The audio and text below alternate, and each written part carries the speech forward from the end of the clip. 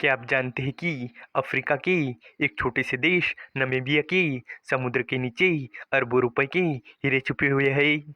यही नहीं, वहाँ ऐसे मिनरल भी है जो आने वाले समय में भारत की ऊर्जा और तकनीकी जरूरतों को पूरा कर सकते हैं।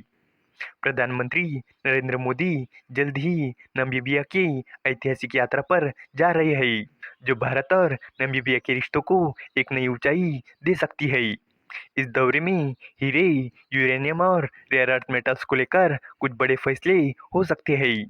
तो चलिए इस अपडेट को डिटेल में जानते हैं। लेकिन आगे बढ़ने से पहले एक रिक्वेस्ट है कि जो भी लोग इस चैनल पर नए हैं वो हमारे चैनल को सब्सक्राइब जरूर करें। इस काम के लिए कोई पैसे नहीं लगते हैं, बल्कि इससे हमें मोटिवेशन मिलता है। तो चलिए आगे बढ़ते हैं। प्रधानमंत्री नरेंद्र मोदी जल्द ही एक अफ्रीकी देश नामीबिया की यात्रा करने वाले हैं। ये दौरा उनके 5 देशों की यात्रा का हिस्सा है, जो बुधवार से शुरू हो रही है।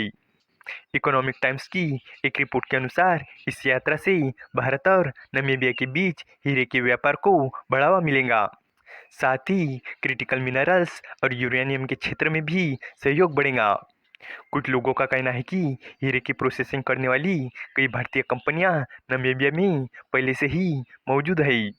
पीएम मोदी का 9 जुलाई से शुरू हो रहा ये नामीबिया दौरा इस क्षेत्र में दोनों देशों के बीच सहयोग को और बढ़ा सकता है। नामीबिया के समुद्र के अंदर बहुत बड़ी मात्रा में हीरे पाए जाते हैं।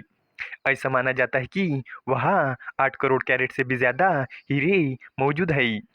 ये भंडार दुनिया का सबसे बड़ा समुद्री हीरा भंडार है। जमीन पर मिलने वाले हीरों की तुलना में यहाँ कई ज्यादा हीरे हैं। भारत की कई कंपनियों ने नामीबिया में हीरे की खुदाई, उन्हें निकालने, साफ करने और इससे जुड़ी सेवाओं में पैसा लगाया है। अंदाजा है कि भारत ने अब तक नामीबिया में $800 मिलियन से ज्यादा का निवेश किया है। अभी नामीबिया भारत को सीधे तौर पर हीरे नहीं बेचता है। नामीबिया से हीरे लंदन, बेल्जियम और दूसरी जगहों से होते हुए भारत पहुंचते हैं।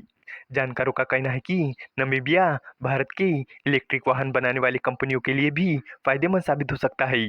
नामीबिया में कोबाल्ट, लिथियम और रेयर अर्थ एलिमेंट की नई खदानें शुरू होने की संभावना है। भारत भी नामीबिया से यूरेनियम खरीदना चाहता है, क्योंकि नामीबिया यूरेनियम बनाने वाला एक बड़ा देश है। इससे भारत को ऊर्जा के क्षेत्र में मदद मिलेगी। इस समय रेयर अर्थ मेटल पर चीन का लगभग पूरा कब्जा है। दुनिया के 90% से ज़्यादा रेयर अर्थ मेटल चीन के पास है। चीन ने हाल ही में इन मेटल्स के एक्सपोर्ट पर रोक लगा दी है। इससे इलेक्ट्रिक गाड़ियां बनाने वाली कंपनियों से लेकर कई मॉडर्न इंडस्ट्री में मुश्किलें बढ़ गई है। अमेरिका, भारत और कई देश अब चीन के बजाय दूसरे ऑप्शन खोज रही है। अगर नामीबिया रेयर अर्थ मेटल्स के मामले में भारत का साथ देने को तैयार हो जाता है, तो चीन की मनमानी पर रोक लगाई जा सकती है। इसके अलावा अगर नामीबिया भारत को यूरेनियम देने को मान जाए, तो भारत को परमाणु ऊर्जा में भी बड़ी मदद मिलेगी। भारत अब इस सेक्टर को प्राइवेट कंपनियों के लिए भी खोलने की योजना बना रहा है। आखिर रेयर अर्थ मेटल्स भारत के लिए इतने ज़रूरी क्यों है? तो दरअसल इनका इस्तेमाल mobile, wind turbine, missile, jet engine, electric vehicle, laptop, headphone और सोलर पैनल जैसी चीज़ों में किया जाता है। और भारत इसके लिए चीन पर बहुत ज़्यादा निर्भर है।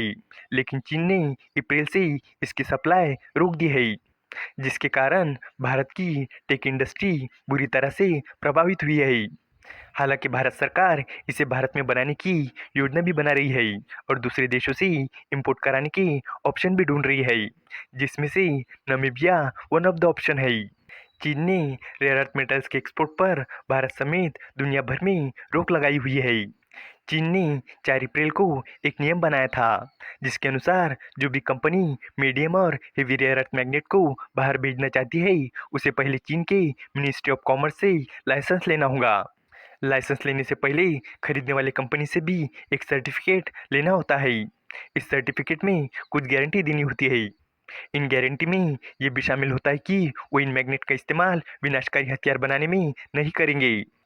उन्हें ये भी बताना होगा कि इन मैग्नेट का इस्तेमाल ऐसे हथियार बनाने में नहीं होगा जिनसे पूरी दुनिया को खतरा हो।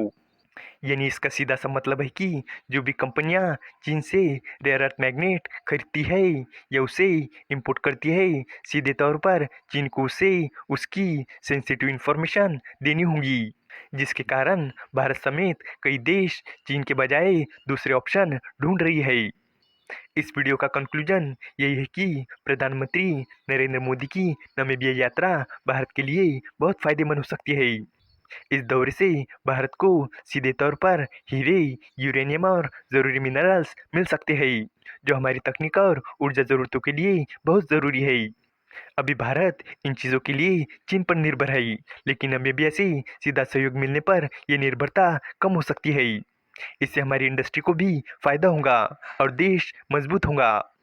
ये दौरा भारत को आत्मनिर्भर बनाने की दिशा में एक बड़ा और जरूरी कदम है, जो भविष्य में देश को और आगे बढ़ाने में मदद करेगा। उम्मीद है कि आपको ये जानकारी पसंद आई होगी और भी इसी तरह के इंफॉर्मेटिव वीडियोस के लिए हमारे चैनल को सब्सक्राइब करें। धन्यवाद।